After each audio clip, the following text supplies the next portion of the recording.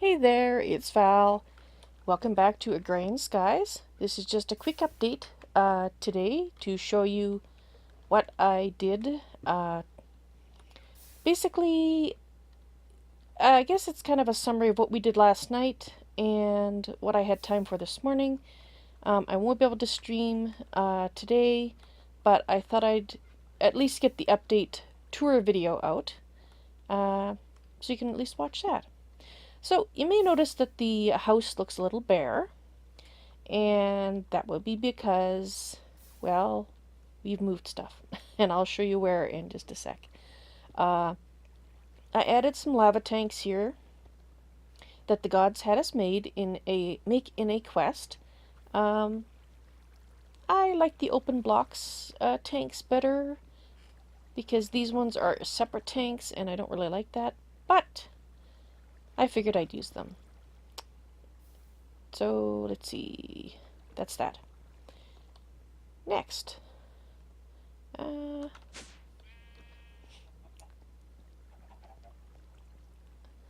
yesterday we worked on the power room. So if you watched the previous tour video, you will have noticed that it's not empty anymore. So last night we set up the basic crucible lava generator, which is fed by two igneous extruders, and it fills this lava tank. And overflow we actually can use to generate smooth stone and obsidian over there. In addition, after this morning, I should say, I connected this up so that overflow cobble actually flows over to there as well. And I'll show you why in a moment. So, as you can see, we have power. It's working beautifully. I have upgraded all the power cable. I started off with this cable being the basic leadstone cable, and it just wasn't doing the job, so I bit the bullet and did a bunch of processing, got the redstone I needed, and now we're all upgraded and it's working lovely. Isn't it, little me? I have set, as you can see, this is set up, I think, pretty much as I left it yesterday. This morning I extended the area here, ready and waiting for additional magmatic dynamos. Now, over here, this morning I added a couple of pulverizers, and what it's doing is it's, well, basically turning our excess cobble into gravel. I can also use this igneous extruder to produce cobble, smooth stone, or obsidian. We have the intake flow of lava into our igneous extruder located at this level, so worst case it's just going to use up that much lava. We'll still have this buffer of lava for power, which gives us time to notice that, well, we're running low. And over here, I tweaked it a little bit so that yesterday we had the basic setup done, but I tweaked it again this morning, and we have the cobble that has been turned into gravel flowing here, and basically it's being fed into this system. Excess goes into these 3 barrels, and if these guys catch up, then it flows back out to them. So we have our first row here crushing our gravel into sand. We have our second row crushing our sand into dust. And we have 2 autonomous activators. I believe we had this yesterday, but I have set this one up for gravel only and this one for dust. And that will take care of most of our needs. I believe there's very little that we need that comes out of sand that we don't already have. Yesterday evening I only had the center, which row? I had the top row set up. I had the dust all along there. This morning I added the 2 rows to take care of the remainder of the products that can be produced by sifting. And here we have our overflow chest which is getting full of dust, as you can see. Because apparently we don't need... Alright. I'm going to show you how to upgrade a barrel. I didn't intend to do that in this video, but let's see. I believe, well, we can do the basic upgrade. So we can go ahead and do that.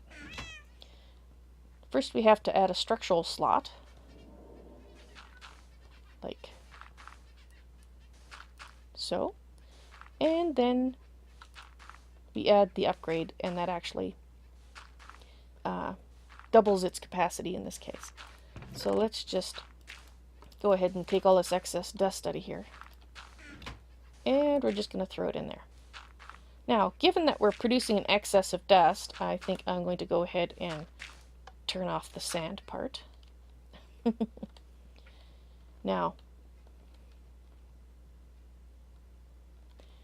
just thinking here.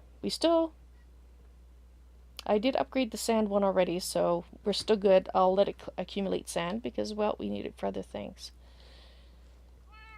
And let's see, just deciding how to describe. This is all the stuff that was in the house. It has been moved over here and made a little more tidy. I did that this morning. And also this morning I basically created a little system where I can throw in my broken, or what do they call it? These guys, when you turn them into blocks, the dust, the broken ore, the crushed ore, and the dust. Well, not the dust, actually, these two. So I still have to do that manually, but then I just throw them in there. It crushes them. They go in, back into the system. So that makes that a little easier. Here I set up a pulverizer just so that we can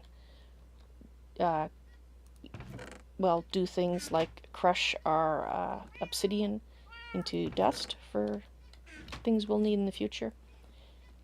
And yesterday I placed these, I believe, but this morning I actually hooked them up. This is our fluid transposer and our magma crucible.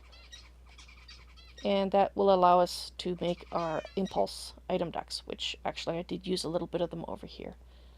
But since I will be making many more of those, without a doubt, in future videos, if you don't know how to do it, you will get a chance to see.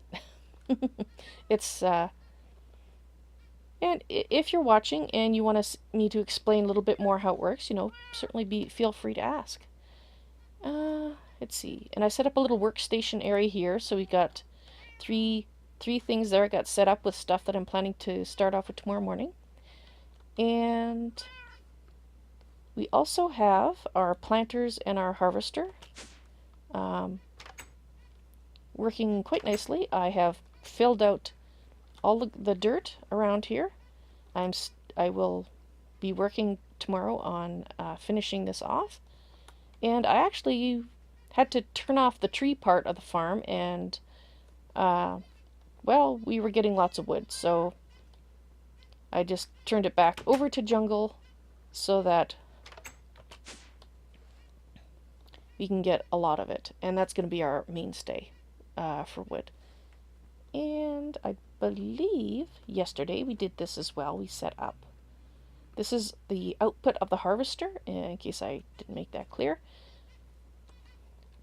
So it used to be located right there, and we haven't moved all the products. We're still sending them here. And we doubled our sludge boilers. We have 2 now, so we can get poisoned twice. And I think that's it. I think that